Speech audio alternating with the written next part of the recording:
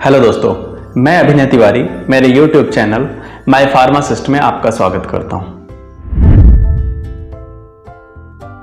दोस्तों, आज हम बात करेंगे डेंगू फीवर के बारे में। डेंगू एक वायरल इन्फेक्शन है जो एडिस मच्छर के काटने से फैलता है। ये जो मच्छर हैं ये पैदा कहाँ हुए? जो भी नया जल भराव होता है किसी भी जगह पे, जैसे बारिश के मौसम में नया पानी रुकता है, कहीं गड्ढे हैं या खेत खलिहान है तो वहां पे नया जल भराव होता है, वहां पे ये मच्छर पैदा होते हैं। मतलब अगर गंदा पानी कहीं भरा है वहां जो मच्छर पैदा होंगे वो मलेरिया कॉज करते हैं, लेकिन जो नया पानी नया जल भराव होता है वो मच्छर जो पैदा होते हैं वो डेंगू फैलाते हैं। मतलब उष्ण कटिबंधीय क्षेत्रों में जहां पानी रुकता है वहां पे डेंगू फैलने का चांस ज्यादा रहता है। अब ये डेंगू फैलता कैसे है? डेंगू फैलने के लिए स्पेशली इसमें मच्छर ही कारगर होते हैं, क्योंकि डेंगू क्या है, ये एक व्यक्ति से दूसरे व्यक्ति में नहीं फैलता है। मतलब ये संक्रामक बीमारी नहीं है, अगर किसी के कांटेक्ट में आने से, टच में आने से ये नहीं फैलता है, ये सिर्फ मच्छर के काटने से ही फैलता है। मतलब एक प्रभावित जो व्यक्ति हुआ है, मतलब जिसको डेंगू हुआ है, उसको जब कोई मच्छर आके कट करेगा तो वही मच्छर दूसरे व्यक्ति को जब काटेगा तो जाके वो डेंगू का इन्फेक्शन फैला सकता है। और वह मच्छर जो एक बार डेंगू के वायरस से संक्रमित हो गया है वो पूरे अपने जीवन काल में डेंगू फैला सकता है। मतलब एक बार अगर कोई मच्छर इन्फेक्टेड हो गया डेंगू वायरस से तो वह अपने पूरे जीवन काल में कई लोगों को, जितने व्यक्तियों को काटेगा वो सभी डेंगू से प्रभावित हो जाएंगे। अभी ये जो डेंगू के वायरस हैं ये 4 प्रकार के होते हैं।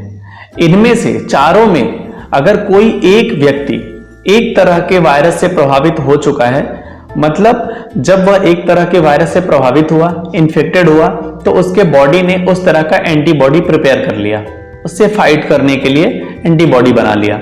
मतलब उस व्यक्ति को दोबारा उस तरह का डेंगू का वायरल इन्फेक्शन नहीं होगा। मतलब अगले 3 तरह का हो सकता है पर उसी तरह का रिपीट, मतलब दोबारा उस तरह का इन्फेक्शन नहीं होगा। मतलब किसी भी व्यक्ति को पूरे जीवन काल में सिर्फ 4 बार ही डेंगू का इन्फेक्शन हो सकता है। लेकिन अगर किसी व्यक्ति को एक बार डेंगू का इन्फेक्शन हुआ है तो जब अगली बार इन्फेक्शन होगा तो वह पहले वाले से बहुत ज्यादा प्रभावी होगा। मतलब उससे बहुत ज्यादा खतरा हो सकता है उस व्यक्ति को जिसको दूसरी या तीसरी बार डेंगू का इन्फेक्शन हुआ है। अब ये जो मच्छर हैं ये ज्यादातर कहीं अगर कुछ कचरा, जैसे टायर, पुराने टायर रखे रहते हैं घर के आसपास, तो उनमें पैदा हो जाते हैं। या आप पंछियों के लिए गर्मी में आप पानी भर के किसी पॉट में रखते हैं, क्योंकि वो भी नया पानी है, वहां भी जल भराव होता है, जब बारिश होती है तो वहां भी ये मच्छर पैदा हो सकते हैं। या तो नया पानी कहीं गड्ढे में, खेतों में भरता है तो वहां पे भी पानी ना रुकने दें, टायर को हटा दें, मतलब साफ सफाई रखें जिससे कि ये मच्छर पैदा ना हो। अगर आप पानी को नहीं हटा सकते हैं तो आप मिट्टी का तेल, केरोसिन उसमें छिड़काव कर दें जिससे नए मच्छर पैदा ना हो और जो भी मच्छर है वो नष्ट हो जाएं। इससे आप थोड़ी सी अपनी सुरक्षा कर सकते हैं। दूसरा, आप जो कपड़े पहने वो पूरा हाथ और पैर पूरी तरह से पैक हो जिससे कि आपको मच्छर ना काटें। ये ज्यादातर मच्छर दिन में ही इन्फेक्शन फैलाते हैं। मतलब जो डेंगू इन्फेक्शन फैलाने वाले मच्छर हैं वो दिन में ही काटते हैं। तो कोशिश करें कि दिन के समय कहीं निकलें तो अपने बॉडी को पूरी तरह से कवर करके निकलें जिससे आपको मच्छर ना काटें और डेंगू से प्रभावित ना हो, क्योंकि यह एक बहुत ही घातक बीमारी है। अगर इसको समय से आप पता लगा लिए, डायग्नोज करवा लिए, इसका ट्रीटमेंट प्रॉपर ले लिए तो आप ठीक हो सकते हैं, नहीं तो यह बहुत बड़ा खतरा बन सकता है। तो इसलिए सुरक्षित रहें, कुछ सावधानियां बरतें और अगर डायग्नोस हुआ है तो उसको अच्छे से किसी डॉक्टर से सलाह लें और पूरी तरह से उससे निजात पाएं।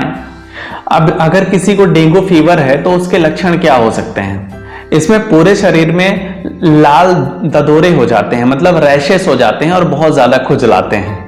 बहुत ज्यादा सिर दर्द होता है जो कि किसी न दवाई से ना ही किसी बाम से कंट्रोल होता है। मतलब बहुत ज्यादा सिर दर्द होता है, जी मिचलाता है और उल्टी होती है, उल्टी लगती है बार बार।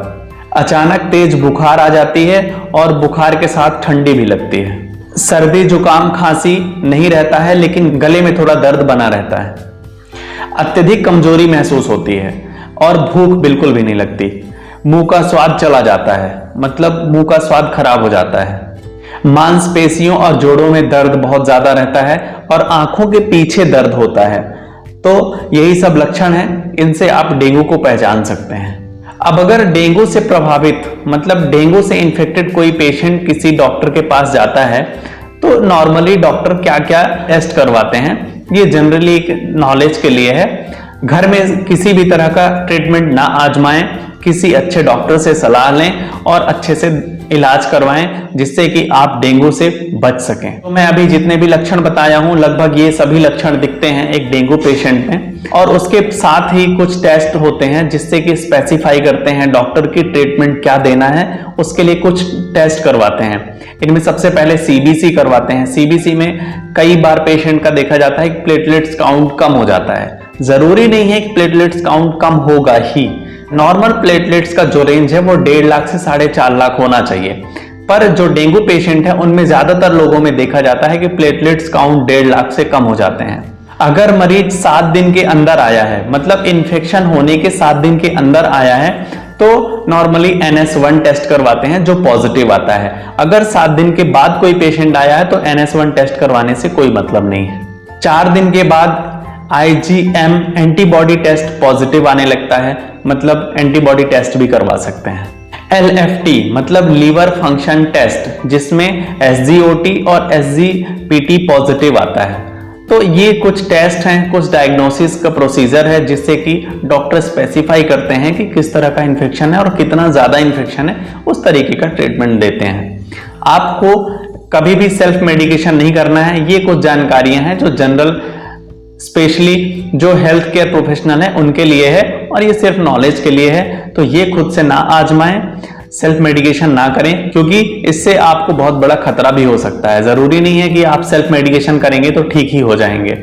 अभी हम देख रहे थे कि डेंगू क्या है, फिर हमने देखा डेंगू के लक्षण क्या हैं, मतलब सिम्टम्स क्या क्या होते हैं।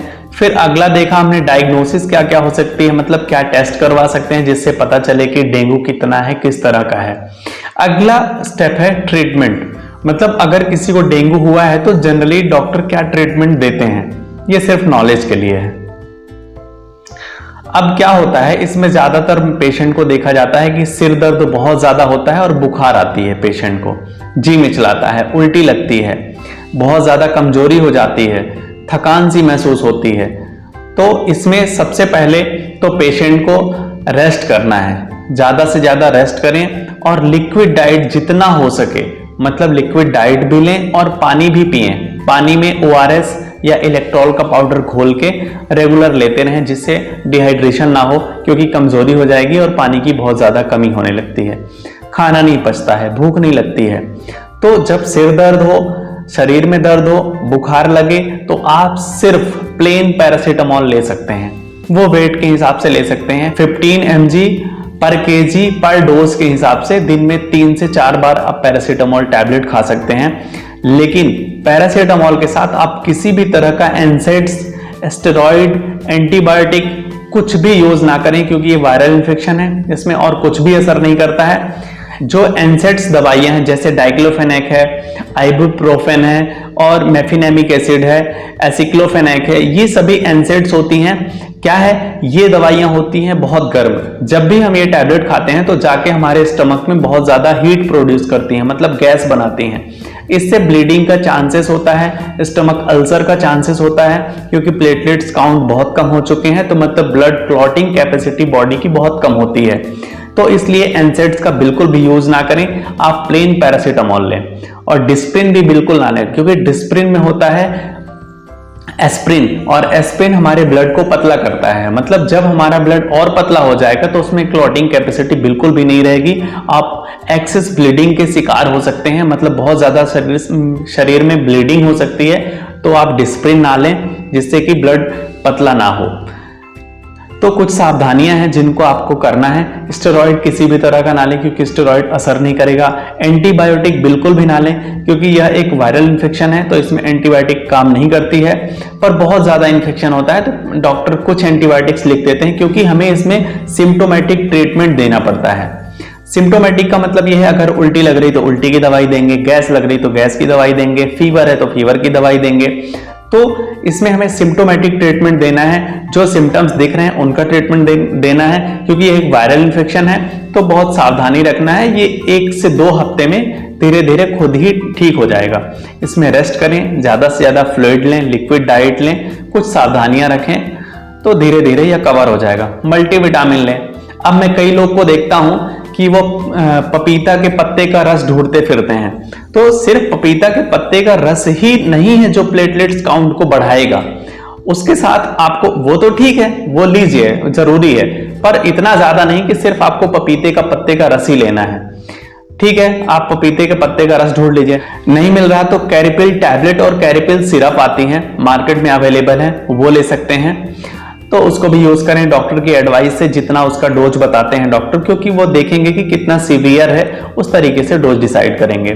साथ में आपको सभी तरह की मल्टीविटामिन की जरूरत है। जितने भी विटामिन होते हैं, vitamin A, B, C, D, E, K, मतलब सभी विटामिन की जरूरत है। तो आप ज्यादा से ज्यादा फल फूल, हरी सब्जियां, सलाद और ये जितनी भी चीजें हो सकती हैं न्यूट्रिशन वाली, ताकत वाली चीजें, वो खाएं। साथ में मल्टीविटामिन का टैबलेट, कैप्सूल, सिरप कुछ भी ले लें। मतलब क्या है, आपके शरीर को सिर्फ पपीते के पत्ते के रस की जरूरत नहीं है, सभी विटामिन, सभी मिनरल्स, कार्बोहाइड्रेट, फैट, प्रोटीन, तो मतलब सभी चीजों की आपके बॉडी को जरूरत है, जिससे कि आपके प्लेटलेट्स काउंट बढ़ेंगे। जो डेंगू फीवर है, इसमें प्लेटलेट्स काउंट बहुत कम हो जाते हैं। इसको हम 3 कैटेगरी में डिवाइड कर लेते हैं। पहला केस देखते हैं जो 1 लाख से 1.5 लाख के बीच में प्लेटलेट्स रहती हैं। दूसरा है कि 50,000 से 1 लाख प्लेटलेट्स। तीसरा कैटेगरी देखते हैं कि 50,000 से कम प्लेटलेट्स। तो 1 लाख से 1.5 लाख के बीच में जो प्लेटलेट्स हैं, उसमें बहुत ज्यादा घबराने की जरूरत नहीं है। उसमें अपने खान पान में सुधार करिए और ज्यादा से ज्यादा हरी सब्जियां, सलाद, फल फूल, मल्टीविटामिन, ये सारी चीजें ऐड करिए। आप धीरे धीरे खुद ही रिकवर कर जाएंगे। ज्यादा से ज्यादा रेस्ट करिए, लिक्विड डाइट लीजिए और पानी, मतलब ORS या इलेक्ट्रॉल घोलकर लिक्विड लें, जिससे पानी की कमी ना हो, डिहाइड्रेशन ना हो। दूसरा देखते हैं कि 50,000 से 1 लाख के बीच, 50,000 से 1 लाख के बीच अगर है तो आप किसी डॉक्टर से परामर्श जरूर लें, सलाह लें। वो जो दवाई प्रिस्क्राइब करें उन दवाइयों का यूज करें और साथ में कुछ न्यूट्रिशन, घर से भी कुछ फल फूल, हरी सब्जियां, ये सब चीजें साथ में ऐड करें तो आप जल्दी रिकवर करेंगे। लेकिन अगर 50,000 से कम प्लेटलेट्स हैं तो आपको प्रॉपर एक डॉक्टर से एडवाइस लेना है। अगर डॉक्टर हॉस्पिटलाइज करते हैं तो आपको भर्ती होना है कम से कम 1 सप्ताह के लिए। और अगर 20,000 से कम प्लेटलेट्स हैं तो वो ट्रांसफ्यूजन करेंगे, किसी दूसरे व्यक्ति का प्लेटलेट्स आपके बॉडी में ट्रांसफर करेंगे। तो किसी एक अच्छे डॉक्टर से आप सलाह लें, उनके एडवाइस से ही कुछ भी करें। सेल्फ मेडिकेशन बिल्कुल भी ना करें, क्योंकि ये बहुत बड़ा रिस्क हो सकता है और डेंगू फीवर जानलेवा भी हो सकता है। तो इसलिए सावधानी बरतें और अच्छे से इलाज करवाएं। इसमें सावधानी कुछ है, सावधानियों में स्पेशली आप ऑयली फूड, ज्यादा मसालेदार खाना बिल्कुल भी ना खाएं। होटल का खाना बिल्कुल अवॉइड करें, बाहर का कुछ भी ना खाएं, घर में ही सादा खाना बनाएं, फल फूल खाएं। दूसरा, गाय का दूध आपको बिल्कुल यूज नहीं करना है। अल्कोहल जो भी लेते हैं, मतलब जो शराब पीते हैं, वो बिल्कुल अल्कोहल को छोड़ दें, तभी वो डेंगू से ठीक हो पाएंगे। अल्कोहल छोड़ देंगे, जल्दी रिकवरी होगी।